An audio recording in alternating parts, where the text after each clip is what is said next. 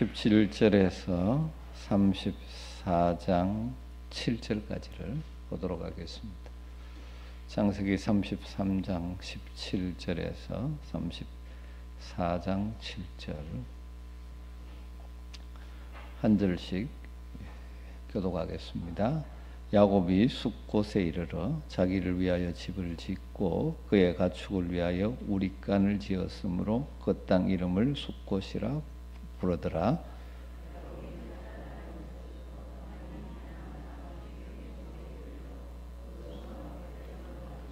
그가 장막을 친 밭을 세겜의 아버지 하몰의 아들들의 손에서 백크시타에 샀으며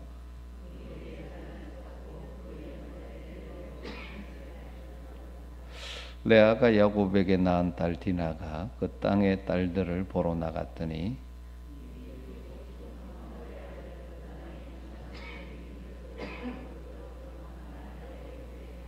그 마음이 깊이 야곱의 딸 디나에게 연연하며 그 소녀를 사랑하여 그의 마음을 말로 위로하고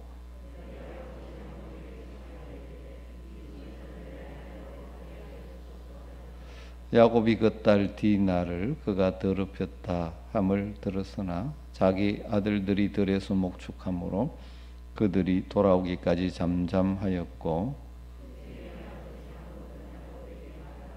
같이 읽으십시다. 야곱의 아들들은 들에서 이를 듣고 돌아와서 그들 모두가 근심하고 심히 노하였으니 이는 세겜이 야곱의 딸을 강간하여 이스라엘에게 부끄러운 일 곧 행하지 못할 일을 행하였습니다. 아멘. 여러분, 하나님은 그의 자녀인 우리들에게 좋은 것을 주고 싶어 하시는 분이십니다. 성경의 많은 구절이 그것을 증거하고 있죠. 대표적인 예를 든다면 시편 34편 10절에 젊은 사자는 궁핍하여 줄일지라도 여호와를 찾는 자는 모든 좋은 것에 부족함이 없으리로다 말씀합니다. 여러분, 그런데 실제 우리의 삶을 들여다보면 그렇지 않다고 느낄 수밖에 없는 상황들이 참 많이 있습니다. 시시때때로 내가 원치 않는 시련이 닥쳐오고 환난이 오고 어려움을 경험하며 살아가야 되는 때도 있죠. 분명히 하나님은 그의 자녀된 우리에게 좋은 것을 넘치도록 주고 싶어 하신다고 하시는데 왜 그럴 것 같습니까? 그런데 그것은 대부분 우리의 신앙의 성숙과 관련이 있습니다. 하나님의 마음은 우리에게 좋은 것을 주시는 것이지만 그 중에도 최고의 하나님이 우리에게 원하시는 것은 우리의 신앙이 성숙해가는 것입니다. 하나님은 우리에게 은혜와 복을 주시되 신앙을 성숙하게 해가면서 주시는 것이죠. 괜히 신앙이 미숙한데 많이 주시면 오히려 부작용이 생길 우려가 있습니다. 마치 어린아이에게 너무 많은 것을 주면 오히려 아이를 버리기 때문에 부모가 조절하는 것과 비슷한 경우라고 할 수 있습니다.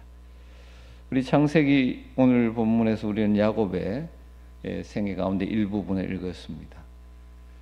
야곱의 생애를 쭉 보면 신앙이 위를 향하여 상승하는 경우도 있고 또 하강하는 경우도 있고 그러면서 가고 있습니다. 하나님은 야곱의 신앙의 상승과 하강에 따라 적절하게 은혜를 베푸시고 시련도 주시면서 결국 그의 신앙이 상승하도록 이끌어가고 계시는 것을 알 수 있습니다.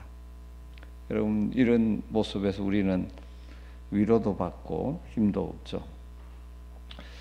그러나 중요한 것은 이 말씀을 통해서 야곱의 삶에 역사하시는 하나님을 보면서 우리는 할 수 있으면 신앙의 기복을 줄이고 우리의 신앙이 꾸준히 상승 곡선을 그리면서 하나님의 은혜와 복을 누리는 삶을 살면 좋겠다 하는 마음이 있습니다.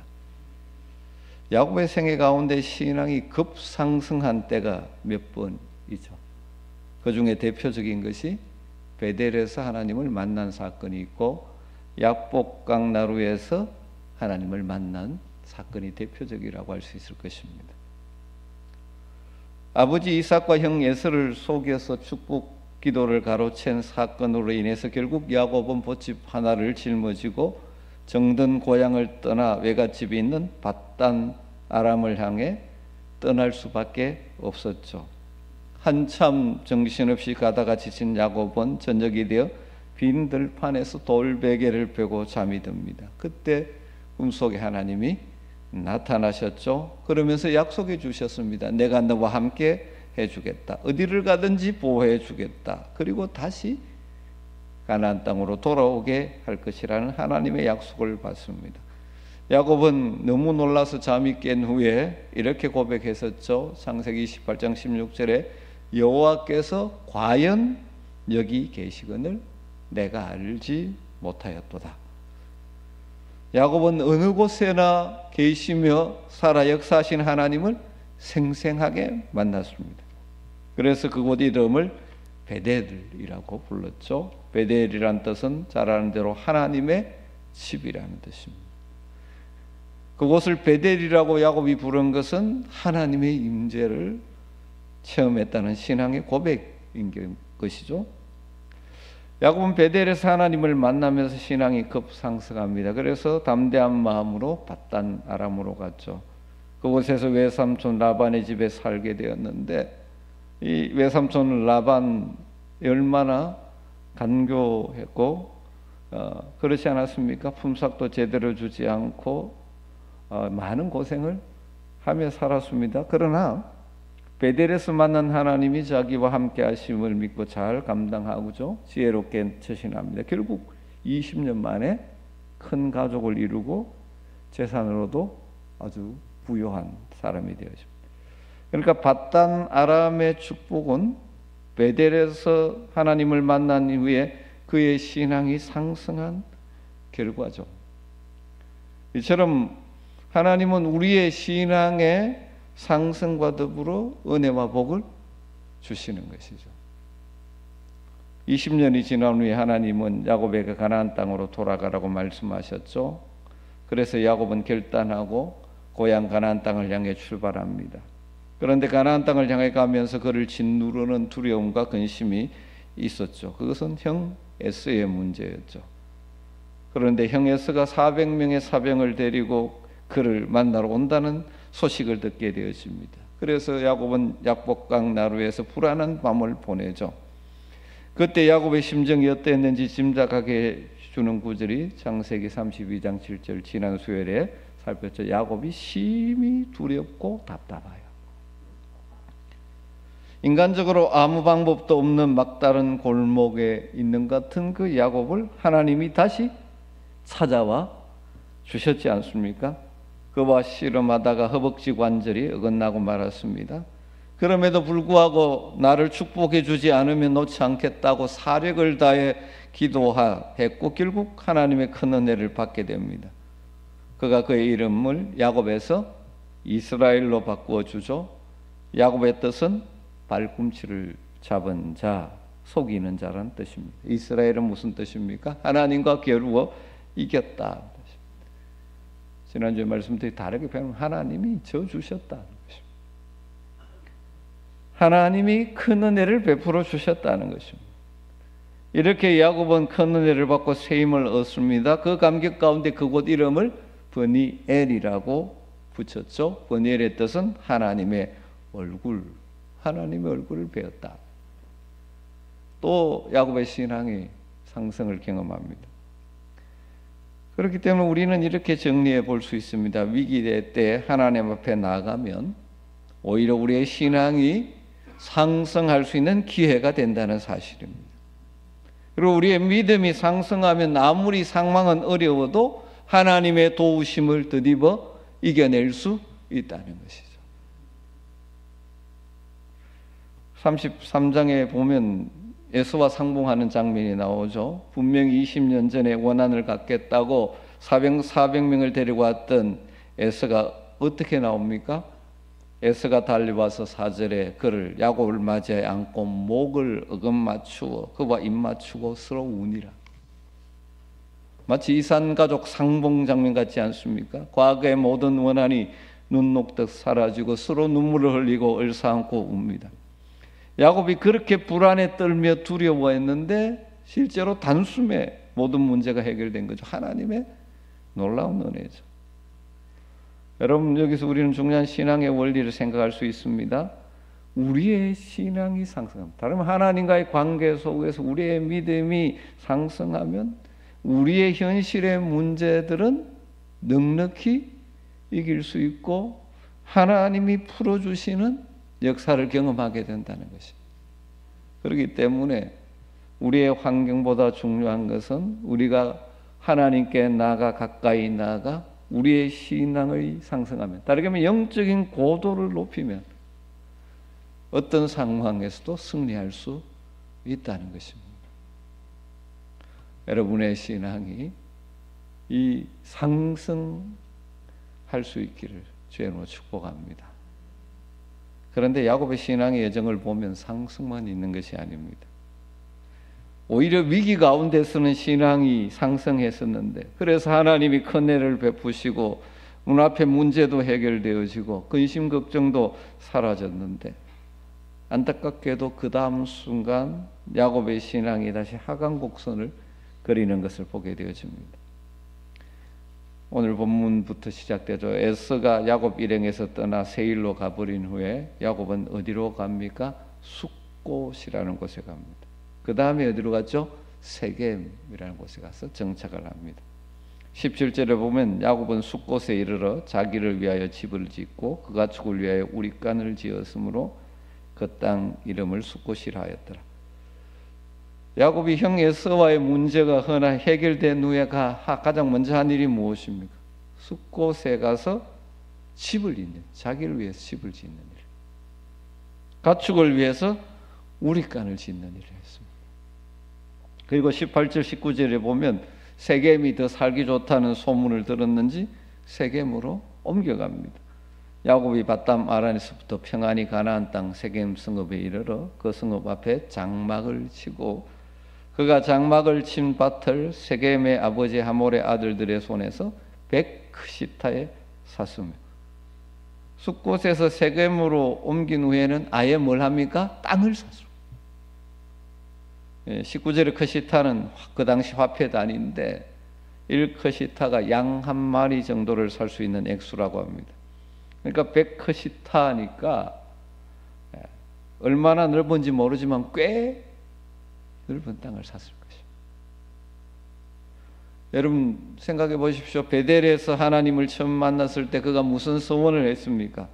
하나님이 나를 평안하게 돌아게 오게 하시면 이곳이 하나님의 전이 될 것이고 뭐 10의 1조를 드리겠고 이렇게 소원을 다 했습니다.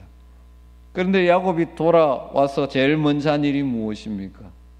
자기를 위하여 집을 짓는 일, 자기 가축을 위하여 우리를 짓는 일, 자기 살 땅을 사는 일. 물론 세겜에 정착한 야곱은 제단을 쌓았습니다. 20절에 보면 거기에 제단을 쌓고 그 이름을 엘렐로헤 이스라엘이라 불렀더라. 엘렐로헤 이스라엘, 하나님 이스라엘의 하나님이란 뜻이죠. 이를 통해 알 수 있는 것은 야곱이 겉으로 볼 때는 신앙을 떠나지 않은 듯 보입니다. 하나님의 이름을 부릅니다. 그런데 야곱은 철저하게 하나님도 어떻게 보면 자기 중심의 신앙생활을 하고 있는 것이죠. 요즘식으로 표현하면 주일에 교회 와서 예배도 드립니다. 찬송도 부릅니다. 헌금도 드립니다. 봉사도 합니다. 그런데 정작 삶의 현장에서 하나님이 무엇을 원하시는지 하나님의 뜻에는 관심이 없습니다. 하나님의 은혜를 받고 감격했던 그 감격과 감사는 사라져버립니다. 그래 하나님과 약속했던 것 다 잊어버립니다. 오로지 자신의 평안과 편안과 풍요에 관심이 가 있습니다. 자기를 위해서 집 짓고 자기 재산을 누리기 위해서 우릿간 짓고 땅 사고, 여러분, 야곱이 바단 아람에서 돌아와서 그가 가야만 했던 곳은 사실 어디입니까? 베델이지 않습니까? 그리고 전에 야곱이 베델에 산 서원이 무엇입니까? 하나님께서 가나안 땅으로 돌아오면 베델로 올라가서 이곳이 하나님의 전이 되겠고 하나님 잘 숨기고 뭐 10의 1조도 드리고, 이거 누가 강요한 것도 아니고 자기 스스로가 하나님 앞에 은혜 받고 감기기 위해서 서원한 것입니다. 그렇기 때문에 어떻게 보면 당연히 베델로 가야 했습니다. 그런데 야곱이 베델로 가지 않고 숫곳에 머물다가 세겜으로 가죠. 왜 그랬을까요? 여러 가지 이유가 있겠지만 저는 한두 가지 이유가 있다는 생각을 하게 됩니다. 첫 번째로는 이 방심이라고 표현해 볼까요? 야곱은 큰 위기를 넘긴 이후에 마음이 풀어진 것입니다. 우리가 그럴 때가 있으면 큰 어려움을 뛰어넘고 나면 이 마음이 해이해지면 하나님과의 관계가 멀어지기가 쉽습니다. 야복강 나루에서 눈물 콧물 흘리며 기도했던 그 모습이 사라져버린 것이죠. 한마디로 신앙이 급강하고 만 것이죠. 사랑하는 여러분, 사실 이게 야곱의 문제만 아니지 않습니까? 우리들 많은 성도들이 자주 경험하는 문제이기도 합니다. 물론 위기 가운데 야곱이 얼마나 마음을 졸였겠습니까? 얼마나 힘들었을까요? 그래서 몸과 마음의 휴식을 취해야 한다면 그건 별 문제 아닙니다. 그럴 수 있죠. 예를 들어서 숫곳에 잠시 휴식을 취하고 베델로 갔다 하면 충분히 이해할 수 있습니다. 그런데 그것이 아니라 아예 거기에 집 짓고 우리간을 짓고, 특별히 세겜에 가서는 땅을 사고 거기에 아예 정착할 의도까지 있는 것처럼 보입니다. 그럼 그러다가 결국 그곳에서 큰 시험을 당하는 것이죠. 성경은 이렇게 짧게 기록하고 있지만 성경학자들은 이 기간을 우리가 정확히 알 수 없지만 성경학자는 대개 한 10년 정도로 봅니다. 이 기간이 짧은 기간이에요. 이런 예가 성경에 자주 나오죠. 또 다른 대표적인 예가 여호수아 7장에서 아이성 전투의 실패입니다. 여리고성을 정복한 이스라엘이 다음 정복할 성이 아이성이었습니다. 여리고성은 아주 철옹성 같은 성에 비해서 아이성은 외형적으로 작은 성입니다. 그러니까 여리고성도 정복했는데 아이성 정도야 하면서 방심을 하죠. 사실 자기들의 능력과 실력으로 승리한 것이 아니라 하나님의 능력으로 승리했지만 착각한 것이죠. 그래서 그것을 놓고 기도도 하지 않고 하나님의 뜻도 묻지 않고 자기들의 판단을 따라 소수가 이 아이성 전투에 나갔습니다. 결과 참패하고 말하죠. 그럼 우리 신앙에서 이 부분이 굉장히 중요합니다. 때로는 오히려 어려움이 있기 때문에 하나님 앞에 나와 매달리고 하나님의 은혜를 구하고 하나님의 도움을 구합니다. 은혜를 받고 살만하면 신앙이 또 식어지기 시작하는 경우가 얼마나 많은지 모릅니다. 그럼 이게 우리가 늘 주의해야 될 모습들입니다. 그래서 바울 사도가 고린도전서 10장 12절에 그런즉 선줄로 생각하는 자는 넘어질까 조심하라. 여러분 늘 영적인 방심을 하지 말고 깨어 있는 성도들이 되시길 주의 이름으로 축원합니다. 신앙의 하강 곡선이 아니라 지속적으로 상승할 수 있을 것입니다. 또 하나 더 중요한 문제는 이 야곱이 왜 이렇게 했을까요? 세상의 평안과 욕심의 그들이 야곱의 관심이 중심이 되어 버렸기 때문에 야곱이 보기에는 세겜이 그가 살기에 참 좋은 곳으로 보여집니다. 그러니까 편안하게 풍요한 삶을 살기에는 이것보다 좋은 곳이 없다라고 판단이 된 것이죠. 하나님의 뜻이 무엇인가, 하나님과의 약속이 무엇이었는가, 이것은 뒤로 가버리고 편안함과 풍요함을 누리며 살고 싶은 욕심 때문에 세겜에 정착한 것입니다. 아예 땅을 사고 정착. 여러분, 그런데 그런 상황에 있는 그를 기다리고 있는 것은 무엇이었습니까? 큰 시련이었습니다. 다르게 말하면 세겜의 영적 상황을 생각하지 않고 눈앞에 보이는 풍요를 선택한 것이죠. 결국 세겜의 타락한 문화가 바로 야곱의 가족으로 하여금 심각한 아픔과 고통을 겪게 한 것이죠. 어쩌면 아브라함의 조카 롯이 소돔을 택한 것과 같은 것이죠. 그 땅의 문화, 타락한 문화를 생각하지 않고 풍요를 생각. 야곱이 하나님 그런 야곱을 그냥 두시지를 않으셨습니다. 이 하강곡선을 그려 하나님의 뜻과 상관없는 명목상의 하나님 백성처럼 살아가는 야곱을 다시 일깨우십니다. 야곱이 세겜에 정착할 때 아주 무서운 사건이 벌어지죠. 요즘식으로 표현하면 디나가 시내 번화가에 놀러 갔다가 세겜족 추장 아들에게 강간을 당한 것입니다. 하나님의 택한 백성의 가정에서 이런 일이 생긴다는 것이 어떻게 보면 참 기가 막힌 일이지 않습니까? 거기에서 끝나지 않습니다. 야곱의 아들들 디나의 오빠들이 디나를 연모한 세겜 가족들을 속여서 결혼 조건으로 할례를 받게 하죠. 그리고 그 위에 고통당하는 동안 학살극을 벌이고, 그 소식을 들은 야곱의 탄식이 34장 30절에 나오죠. 나는 수가 적은즉 그들이 모여 나를 치고 나를 죽이리니 그러면 나와 내 집이 멸망하리라. 잘못하다간 우리 가족 다 죽게 생겼다, 그런 말입니다. 여러분, 정말 우리가 두려워해야 될 것은 외적인 환경과 조건이 아닙니다. 우리도 모르게 신앙이 하강하는 영적인 문제가 정말 심각한 것입니다.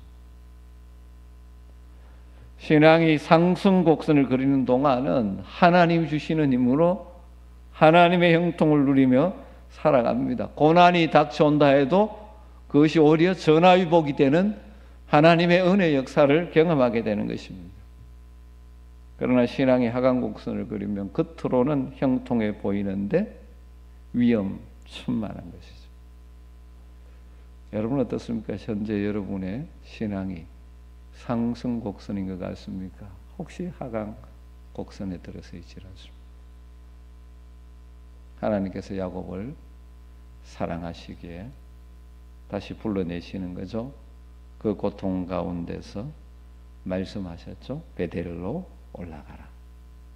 이 말은 무엇입니까? 다시 나를 찾아라. 다시 신앙을 회복하고 상승곡선을 그리라는 것입니다. 베델로 올라가라는 말씀을 들은 야곱이 짐을 싸서 떠납니다. 그런데 놀라운 것은 야곱이 결단하고 베델을 향하니까 어떻게 되어집니까? 다시 말하면 신앙의 상승곡선 국면으로 들었으니까 어떻게 되어집니까? 35장 5절에 보면 그들이 떠나서나 하나님이 그 사면 고을들로 크게 두려워하게 하셨으므로 야곱의 아들들을 추격하는 자가 없었더라. 하나님이 사방을 두렵게 만들어서 야곱의 가족들을 아무도 손대지 못하게 하셨습니다. 여러분, 가장 안전한 곳은 하나님의 품 안입니다. 하나님의 능력의 손에 붙잡힌 삶입니다. 무슨 일을 만나도 하나님께 피하면 하나님께서 지켜주시는 줄 믿습니다. 그래서 시편 73편 27절 28절에 무릇 주를 멀리하는 자는 망하리니 음저같이 주를 떠난 자를 주께서 다 멸하셨나이다. 하나님께 가까이함이 내게 복이라. 할렐루야. 하나님께 가까이함이 내게 복이라. 여러분, 우리가 얼마나 하나님을 향해 영적으로 가까이 있느냐가 중요한 것입니다. 우리의 환경이 중요한 것이 아니라 우리가 얼마나 하나님께 가까이 있느냐가 중요한 것입니다. 영적인 문제가 더 우선적입니다. 이 믿음의 조상들의 삶에 계속 반복적으로 보여주는 것이 그것이죠. 저나 여러분이 어쩔 수 없이 상승 하강을 그리며 살아갑니다. 그러나 여러분 늘 영적 상승을 꿈꾸고 추구하고 나가야 할 것입니다. 저는 그렇기 때문에 우리 눈앞에 있는 환경이나 여건이 진짜 문제는 아닙니다. 진짜 문제는 우리의 영적인 상태입니다. 이 야곱을 비유해 본다면 여러분의 지금 현 자리가 어디입니까? 베델로 올라가고 있습니까? 아니면 세겜에 있습니까? 이름은 하나님 부르는데 여전히 이 땅에 욕심을 가지고 세겜에 살고 있지는 않으십니까? 혹시라도 세겜에서 신앙의 하강곡선을 그리고 있다면 다시 하나님 앞에서 정비하고 치고 올라갈 수 있기를 주님으로 축원합니다. 베델로 올라가라. 오늘 메시지 결론은 그것입니다. 베델로 올라가라. 다시 신앙을 회복해라. 신앙의 상승 곡선을 그려라. 하나님께 가까이 함으로 하나님의 인도함을 받으며 사는 삶을 살아라. 하나님께 피하는 것이 가장 안전한 삶입니다. 베델로 올라가라. 사랑하는 성도 여러분, 여러분의 신앙이 상승 곡선을 그리며 그래서 어떤 환경 속에서도 주님 주신 힘으로 승리하며 살아가는 그 은혜를 누리며 사시기를 주님으로 축원합니다. 그렇기 때문에 여러분 결코 방심하거나 잠들지 마십시오. 깨어 기도하시고 우리가 이 땅을 살아가면서 우리에게 주신 삶의 현장에서 최선을 다해 살아야 하지만 이 땅의 것에 소망을 두는 것이 아니라 하나님 주신 것들을 잘 사용하고 순종하는 춤추기로 살아가지만 우리의 마지막 소망은 늘 하늘에 있는, 그래서 하나님 나라의 부유함을 꿈꾸며 살아가는 복된 성도들이 다 되시기를 주님으로 축복합니다. 이 말씀 붙들고 잠시 기도하도록 하죠. 신앙의 하강곡선을 그리지 않고 상승곡선을 그리는 삶을 살게 하여 주시옵소서. 늘 깨어 기도하며 세상의 욕심을 끊고 주님을 더 가까이 하는 삶을 살게 하여 주시옵소서. 날마다 베델 하나님의 집으로 올라가 하나님을 만나고 하나님을 가까이 하고 하나님을 의지하고 하나님의 음성을 들으며 살게 하여 주시옵소서. 여러분을 위해 사랑하는 여러분의 가족, 특별히 자녀들을 품고 이 말씀을 붙들고 같이 기도하면 좋겠습니다. 같이 기도하겠습니다. 아버지 하나님, 오늘도 주님 은혜 자리에 가서 다시 한번 말씀 앞에서 우리의 삶을 정리하고 오 주님 계시나니 주님 일정들이 심어지시옵소서. 하나님의 세상에 하나님의 이름으로 꿈꾸는 그런 삶을 살면서 아버지여 주님 긍휼히 여겨주시옵소서. 주님 이제 연락하소서. 아버지 하나님께 하여 주시옵소서. 주님 우리가 주님 지금 하여 주시옵소서. 주님 기도하여 주님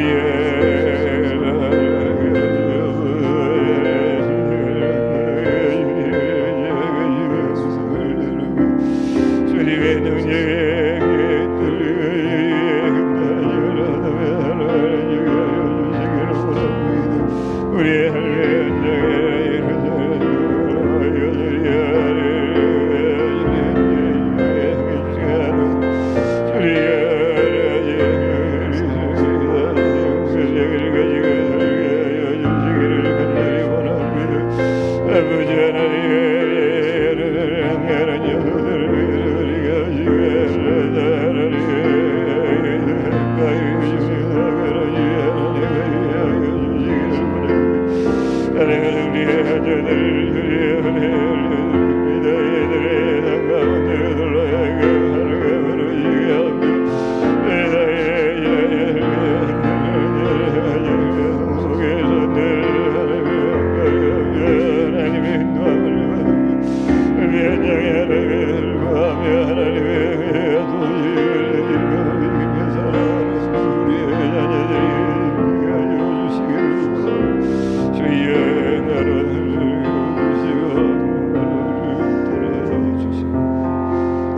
마저 내 주를 가까이 하게 하면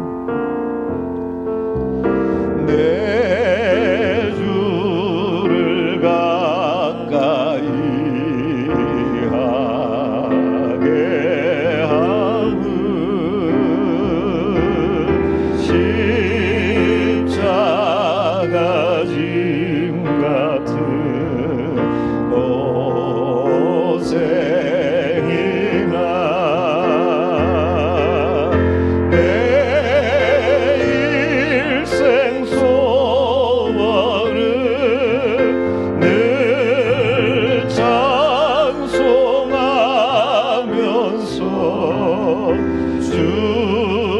주께로 나가기 1절로 한번 나겠습니다. 내 주를 가까이 하게 하면 내 주를 가까이 하게 하면 십자가 짐 같은 고생이나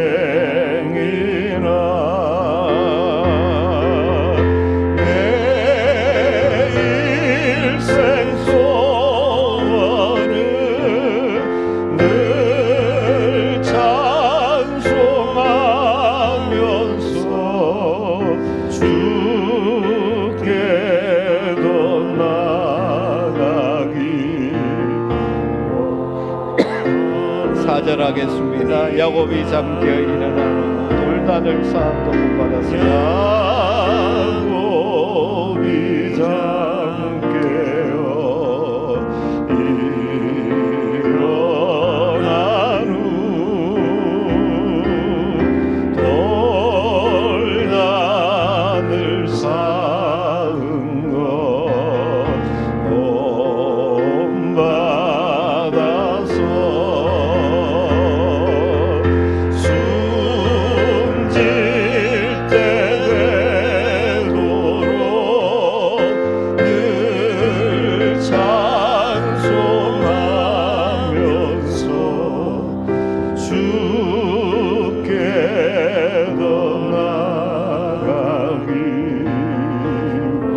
내 일생 소원은 늘 찬송하면서 주께 더 나가기 원합니다.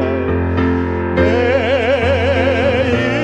일생 소원은 늘 찬송하면서 주께 더 나가기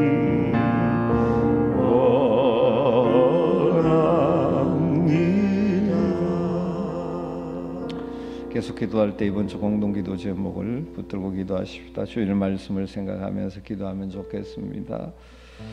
우리를 찾아오셔서 우리를 긍휼히 여기시고 우리를 만지시고 우리의 삶의 회복의 은총을 베푸실 주님을 기대하면서 주님을 향하여 마음의 문을 열고 주님 내 마음의 주인으로 모시고 주님의 말씀을 따라 살아가는 열린 인생을 살게 하여 주시옵소서. 혹시 여러분의 삶에 닫혀있는 문제들이 있습니까? 답답한 부분이 있습니까? 주님 이 시간 찾아오시고 만져주시고 말씀하여 주시고 열리게 하여 주시옵소서. 새생명 축제를 통하여 교회를 찾아온 영혼들이 예수님을 만나고 구원의 감격을 누리며 살게 하소서. 한 번만 오는 것이 아닌 지속적으로 하나님을 예배한 자리에 나올 수 있도록 그들의 심령 가운데 성령께서 역사해달라고 기도하십시다. 주일학교 예배 가운데 은혜를 베풀어 주시고 다음 세대를 섬기는 교육 목자들이 영혼을 사랑하는 기쁨을 누리게 하여 주시옵소서. 다음 세대 우리 주일학교를 품고 같이 한번 기도하도록 하겠습니다. 같이 기도합니다. 아버지 하나님 감사합니다. 말씀 생각하고 기도합니다. 자 그래서 제 인생 알아가는 찾아오셔서 긍휼히 여기시고 나장져주시고 주의 바다 말씀하셨어요. 열린 인생 살게 하십시오. 그래서 상황은 떨어지며 이 땅을 살아가면서 이런저런 방법으로 신임하면서 살아겠다. 주님 이 시간 찾아오시고 찬송하시고 주님의 능력의 흔들어 얹으시고 위하여 주시고 주의 역사하여 주시기를 원합니다. 주의 아버지를 주님의 마음을 주의 속에서 나가는 말씀을 위하여 내가 하여 주시옵소서. 우리로 하여금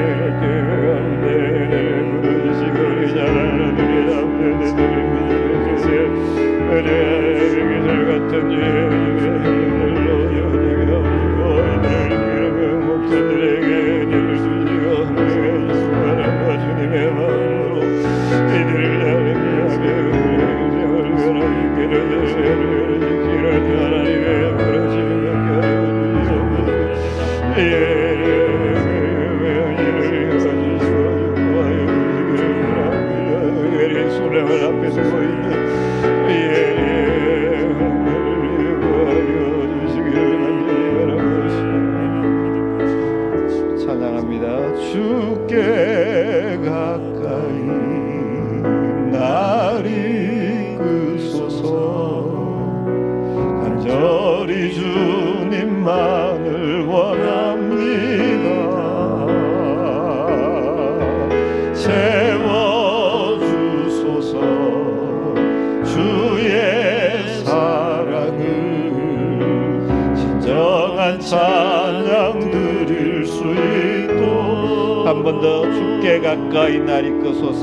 주께 가까이 날 이끄소서. 간절히 주님만을 원합니다. 채워주소서.